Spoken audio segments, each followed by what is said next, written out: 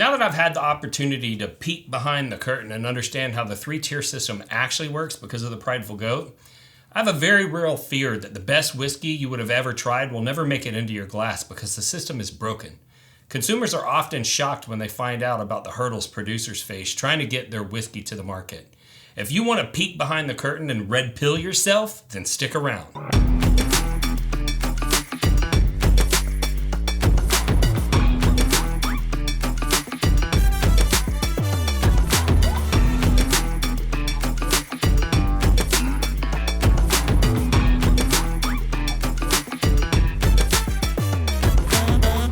Before we get started, I do have to thank our patrons. We do have a Patreon where individuals can decide to support this channel financially on a monthly basis. And everybody's name that is on your screen right now is contributing at the top 3 levels. And those individuals, along with everybody else, help keep this channel going. If you want to learn more about how to join Patreon and support us, you could stick around till the end. Now, let's get started with some disclaimers. Most of what I'm going to share in this video sounds derogatory towards the three-tier system, and I've had good and bad experiences with wholesalers and large retailers over the years. So even when I've had a bad experience, there were always good-hearted individuals that worked in roles that may be getting a bad rap when there was little to nothing that they could do to resolve the issue. So keep all that in mind. If we've ever worked together, I'm not trying to trash you. I'm just trying to educate the public about what it's like out there. So first off, the three-tier system in brief. You have at the top the supplier or the producer, and those are individuals that have, in the whiskey world, a distilled spirits plants license, a DSP license, and they are able to either make or bottle whiskey. Then in the middle, you have wholesalers / distributors, and those are individuals who handle sales, warehousing, and logistics. And you have to have one of those individuals in each state if you are a supplier or producer. And then at the third tier, you have on and off-premise accounts. A off-premise account is where you buy alcohol there, but you are not allowed to drink it on the premises.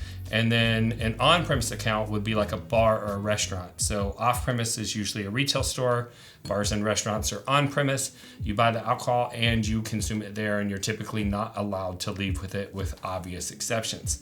The one main exception to the three-tier system, because the supplier has to sell to the wholesaler and the wholesaler sells to on and off-premise accounts. In some states, there's 4 tiers. You sell to the off-premise account, and then the off-premise account sells to the on-premise account, and that's how it works in Texas. But just to keep it simple, we're going to keep it with those 3 tiers. So you've got the supplier, the wholesaler, and the on and off-premise. The only time when a supplier is allowed to sell directly to on and off-premise accounts, and it's only off-premise accounts, is in Washington, D.C. Producers are allowed to skip the wholesale tier in Washington, D.C., and to my knowledge, that's the only state where that is allowed. Generally speaking, producers are prohibited from selling direct to consumers, and when it is allowed, it is onerously restricted. They're not allowed to ship the bottles. The consumer has to pick them up in person. They're only allowed to buy so many bottles over a certain period of time and that type of thing. And those rules are determined at the state level. So there's rules all over the place with regard to that. So the current state of the distributor system. The three-tier system was set up post-prohibition, and it pretty much remains unchanged today. So in the 1930s, all of these rules were put into place. Despite all of the technological advances that have happened since the 1930s, everything is relatively the same, and I believe that we could have come up with some better systems and processes by now. But post-prohibition, many of the players in the alcohol space were bootleggers who had massive amounts of money, and they went legal after prohibition ended.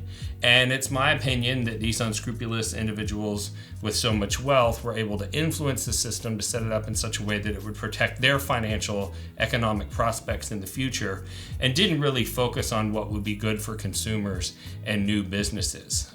They wanted to make sure that it was hard for new businesses to get started so that they didn't lose market share, and they wanted to take away consumer choice so that consumers only had the opportunity to do business with them so they could continue to line their pockets. And the industry right now is like an hourglass. At the top, you have all of the suppliers and producers. And at the bottom, you have all of the on and off premise accounts. But in the middle, you've got a skinny section, and that's the wholesale tier. And they are the pinch point. And they are the ones, believe it or not, that are deciding what it is that you're going to drink as a consumer, because they're the ones that pick the winners and the losers and decide who's going out of business and who is going to move forward and grow and be successful. With some very rare exceptions that typically cost a lot more money than the average new business has. The wholesalers effectively have a government monopoly, and they face no consequences when they fail to perform their role when they're working for a small producer, because even if the small producer is allowed to fire them, which is not always allowed, in some states you're not allowed to get rid of your wholesaler. They're called franchise states, and once you pick one, you're pretty much stuck with them unless you go through an expensive legal battle, and most times that legal battle is so costly it would bankrupt the small producer, so they just have to stick with somebody even if they're not doing their job. But even if you could fire them and hire somebody else, these problems are so pervasive throughout the industry that there's no expectation that you would get a different result if you switch to a different wholesaler. So the largest wholesalers are many times the size of the largest producers. So I don't know if y'all remember, but RNDC, which is the first or second largest, or used to be the first or second largest wholesaler in the United States, they were about a $12 billion company when Sazerac Corporation fired them and hired beer distributors all around the country to replace the services that they were providing. And at the time, Sazerac was only about a $1 billion a year company. So you can see that wholesaler was 12 times the size of the distillery that we all revere and chase after their products. Wholesalers are well funded, and they are under the protection of the federal government. They have large sums of money that they can fund trade organizations and lobby groups to produce consumer research reports that are very biased. If there seems to be a challenge to, for instance, their ability to be the single source of alcohol in the market, like somebody saying, hey, we think that these whiskey producers should be able to ship their product directly to consumers, what they call direct-to-consumer shipping. Well, they'll go out and they'll hire a research group to do a survey, and they'll release survey results that say that they called a representative number of mothers in the United States and asked them if they think the three-tier system should change. And they say, the reports say that 100% of moms say that the three-tier system needs to stay in place. And that is a silly thing for somebody to say, because 100% of moms have no idea what a three-tier system is or what it does or how it functions, and there'd be no way for them to legitimately answer that question.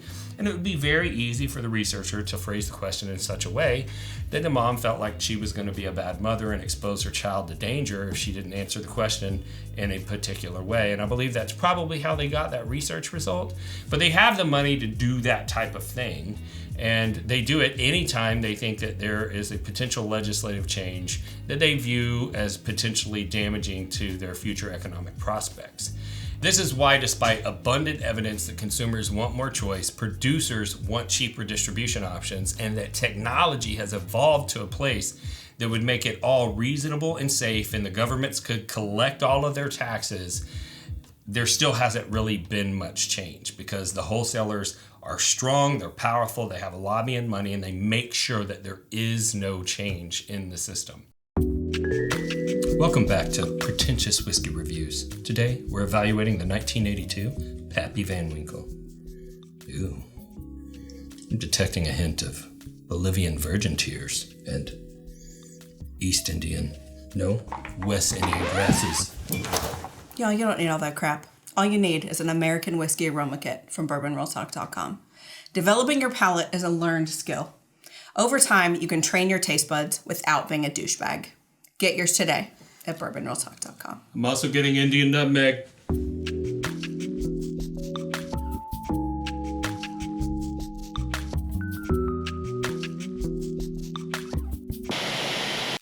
So let's talk about some of the financial information so that you can understand how all this works. We're going to be talking about some industry averages. So on average, a producer tries to have a 35% margin on the products that they're selling. So they'll take their cost and effectively divide by 65%, and that results in what they want to sell the product for, because when they sell something for $1, they want 35% to be gross profit. At the wholesale tier, wholesalers typically operate on around a 30% margin. And at the retail tier, retailers typically operate at around a 30% margin. And of course, some businesses operate with more or less, but these are industry averages. So when you run the numbers on a bottle of whiskey that costs, say, $100, here's kind of how it breaks down. The retailer makes $30 gross profit, the wholesaler makes $21 gross profit, and the producer makes $17 gross profit. So as you can see, on average, the wholesaler and the retailer make more money per bottle than the producer does. The wholesaler's job is to handle sales. So it's their job to go out and represent the product to on and off premise accounts and try to convince those individuals to purchase that product. They also are responsible for warehousing the product in that geographical location so that they can get it delivered out to the different individuals that purchase. And they are responsible for logistics and delivery, which is why they make the money that they do. Now let's talk about what everybody's motivations are, because depending on how big or small you are and what tier you're at, you might have different motivations. So small producers basically just want access to consumers so that they can build their brands. But under current 3-tier system laws, they're not allowed to do it without a wholesaler. And wholesalers have an incentive to agree to represent brands that they actually do not have capacity to service. And that's what they call back shelving a product. Small producers would like to be able to sell to on and off premise accounts and direct to consumers until their brand was big enough that it justified hiring a wholesaler and giving up that margin. But currently that's not allowed. And this would, if that change were to be implemented, be great for the economy, because it would be a boon to small businesses, more capital would flow in, there'd be more employment and things like that. And so there's a lot of incentive for governments to approve that, but the possibility of potentially changing the way that the governments collect their taxes and then also fighting against the big powerful lobby of the wholesalers makes it so that those changes have never really been, honestly considered. Occasionally there'll be a grassroots movement to change the 3-tier system funded by small producers, and they may fight for things like distillery sales or direct-to-consumer shipping, but often the brand's wholesaler threatens to backshelf them if they continue to support the movement. So I am personally aware of a relatively large brand that got involved in one of these movements during COVID because the restrictions put on the distilleries by the government during COVID was actually kind of dangerous and put them at risk of going out of business. And so they started to fight for direct-to-consumer shipping, and their wholesaler said, hey, if you want to continue to receive the sales and support that you've gotten from us in the past, you need to stop participating in this movement because we're not cool with that. And that is the kind of undue pressure that these large businesses are able to put on small producers that should be illegal. And it probably is, but the reality is they'd never report it because in the end, it would just end up causing them a whole lot of problems for their brand. Now, larger producers operate on a scale that's not possible without distributors. There's no way that they could maintain inventory in as many places as they would need to with shipping trucks and all of that stuff to supply all of the customers that want their products. So they're very happy with the 3-tier system. And they also don't relish the idea of smaller producers having an equal playing ground for them to go out and potentially steal business away from them and sell them some of their products instead of them only having the option of getting the large producers' products that are on the local shelf. And for that reason, the large producers are usually on the side of the wholesalers. Now, the actual sales force for the wholesalers work off commission. And in theory, you would think that that commission would motivate them to put in a lot of effort for all the brands that they represent. But as it turns out, all of these different wholesalers, because there's so few of them compared to the number that would be required to provide the kinds of services that would be necessary to service all of the small new producers that are coming to the market, that each individual salesperson has a book of business and a territory large enough they can pretty much make 90% of their money representing 10% of the products that they are supposed to be selling. And so what happens with that other 90%, right? And so once that retailer gets established in their territory and they can make their sales goals with just call-in orders, they don't really have a huge incentive to go out and promote the new brands that they're supposed to be representing. And if they want to make more money, they're probably not going to focus on your little bitty brand, because there is an insidious practice in the industry where after the producer agrees to sell the product to the wholesaler at a price that the wholesaler is actually making more money per bottle than the producer is, if the producer wants the salespeople to pay attention to the brand and actually go out and represent it, they're expected to provide additional funding as bonuses and incentives to those salespeople, so that they'll actually go out and represent the product. And so that leaves producers in a situation where they have to pay for the sales effort once. And then if they actually want the work done, they have to pay for the sales effort a second time. And those are the brands that get focused on by the sales team whenever they decide that they want to make more money than they can make off of just their call-in orders, because they make more money per transaction. And the problem is, as soon as you stop paying that fee, it's kind of like negotiating with the terrorist, right? And as soon as you stop paying that fee, they stop focusing on your brand and move off to someplace else.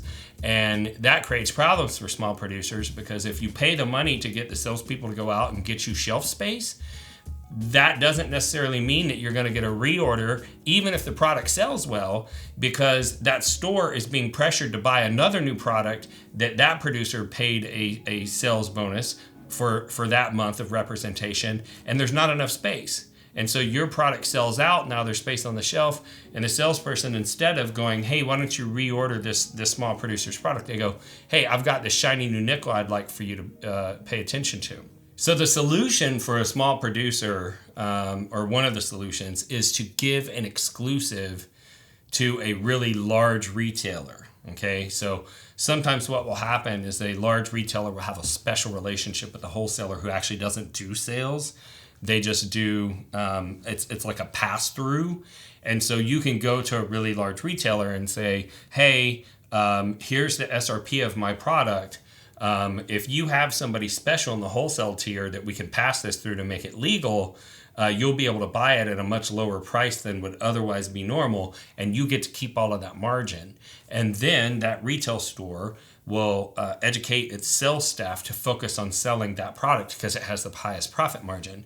And that's why whenever you go to stores like Total Wine and you ask for Blanton's, they will tell you that Chestnut Farms is effectively the same thing and try to sell you that bottle, when really it's $17.92 at $20 more per bottle and a lower proof.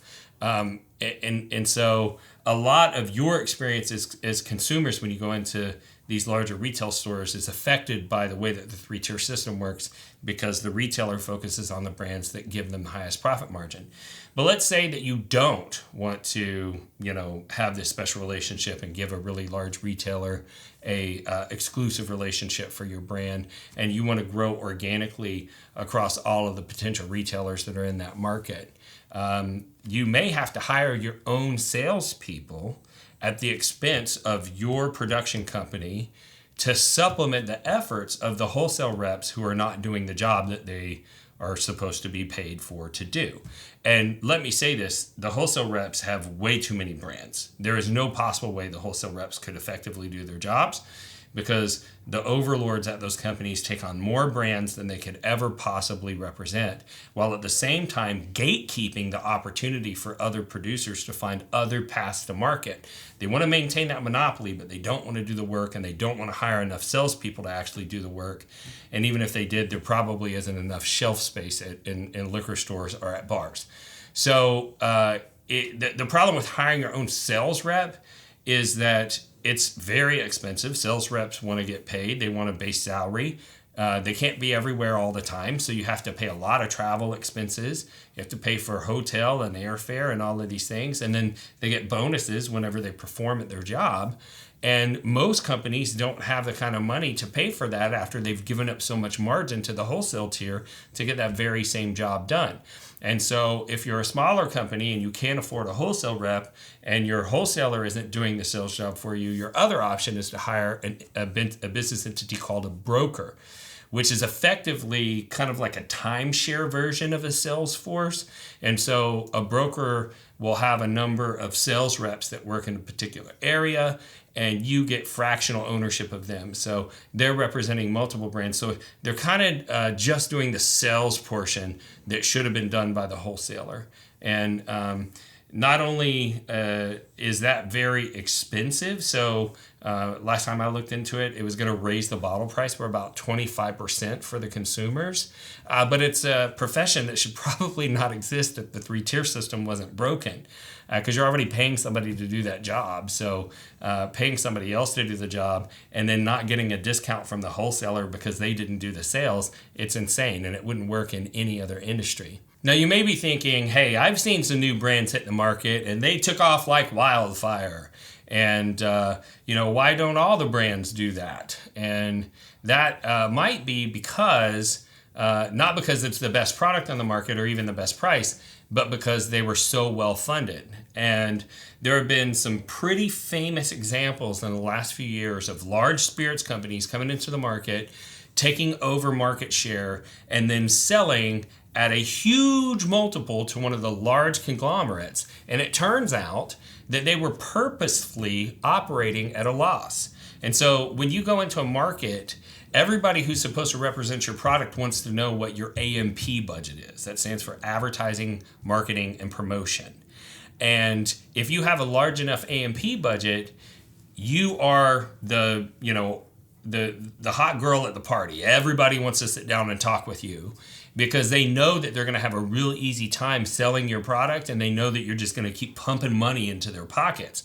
And so I actually heard about a brand that's A&P budget was larger than their per bottle sales price. So for every dollar that they sold the product for, they were losing over another dollar just paying for advertising, marketing, and promotion. And their goal was to lose $100 million in the first 5 years of operation. They did it. At the end of 5 years, they sold for $350 million.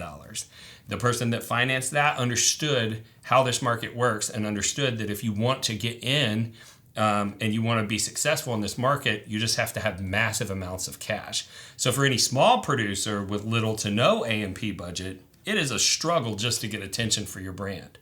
And all of these problems have been made worse by the industry's consolidating, right? Because all of these wholesalers keep buying each other, and each time they do that, there is a wholesale rep that loses their job, but that portfolio is still supposed to be managed by somebody. And so all of those small producers that were probably already not getting enough attention from that rep have now been handed over to another person who has an even larger load of work on their plate when they couldn't do the job to begin with. And more small brands get put at the back of the list of priority every time there is a merger. All of this is why it is entirely possible that the best whiskey you would have ever tasted will never make its way into your glass. The solution is for consumers to demand that their representatives provide options for small businesses to get their products to market. Things like direct-to-consumer shipping, unlimited distillery sales, access to sell directly to on and off-premise accounts would revolutionize the industry, level the playing field for small producers so that they're not fighting these giant conglomerates that they have no hope of competing with. And it would provide consumers with the choice that they actually deserve. So hopefully that sheds some light on why it is so difficult, and also part of the reason why you don't see me trash a lot of small brands on this channel. I respect the effort that they're having to put forth. Now, my brand, The Prideful Goat, is facing all of these problems, and we can't afford to hire sales reps all across the country, and the brokers are just adding too much to our bottle cost. And so we are going to be launching a program where you can sign up to be a part-time ambassador for The Prideful Goat. Basically, the way that it's going to work is we're going to put you through a quick training program. We're going to have you do an online test, and after you pass, you'll get your swag bag with all the stuff that you need to be able to represent the Prideful Goat properly. We're going to give you access to a database where you can call into our existing points of distribution, find out how things are going, and schedule in-store tastings. You might even be able to do what we call a work with, where you ride along with a sales rep from the wholesaler and they introduce you and give you the opportunity to pitch. And for each element of work that you do that is productive to the Prideful Goat, you will be compensated for it. And I suspect there will be some individuals that get in there and really light the world on fire and turn that into a full-time gig. And the next thing you know, you've worked yourself into a really fun career simply because you had a passion and you love the brand. So if you want more information about that, the program is not launched yet. You cannot sign up today, but there is a link that you can click in the video description to put your name on the waiting list. And whenever the program launches, we'll be reaching out to the individuals that are particularly in states that we're trying to target. And we will get you started so that we can get you educated and make sure that you're ready to go out there and have a good time, but also do a good job and be productive. So I'm going to give away some whiskey, as I always do. Since we were talking about the 3-tier system, I thought that we would give away some Prideful Goat. So I'm going to give away 3 1-ounce sample packs of all the bottles that you see up here on the table right now. We've got our 6-year Prideful Goat Bourbon.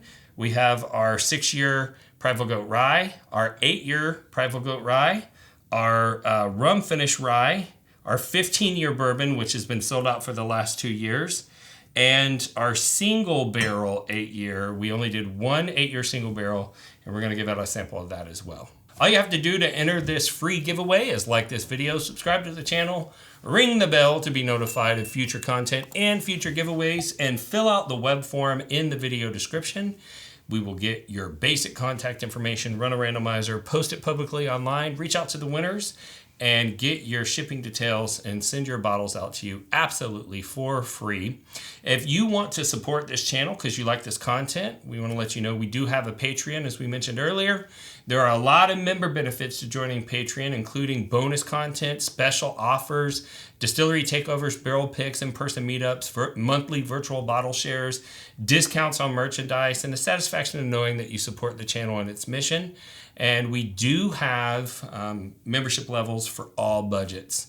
And so far, we've never done a single barrel where even the lowest tier wasn't able to buy however many bottles they wanted. So go and check that out. If you aren't interested in a monthly donation with the additional benefits, you could also go to bourbonrealtalk.com and check out our merchandise. We have whiskey merchandise made for whiskey people, by whiskey people. I promise you, if you go check it out, you're going to find something you feel like you can't live without. We have so much awesome stuff over there.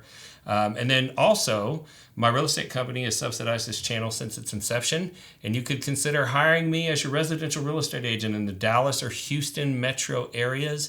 If you hire me, I will give you an epic bottle as a closing gift. Now, if this is your first time tuning into the show, we'd love to thank you for the view and let you know what we're all about, and that is bringing people together around whiskey. And connection is something that's important to us because I lost my brother to suicide in 2014. And after his passing and talking with some of his friends, I found that he had lost a lot of the social connections that keep people grounded to this world.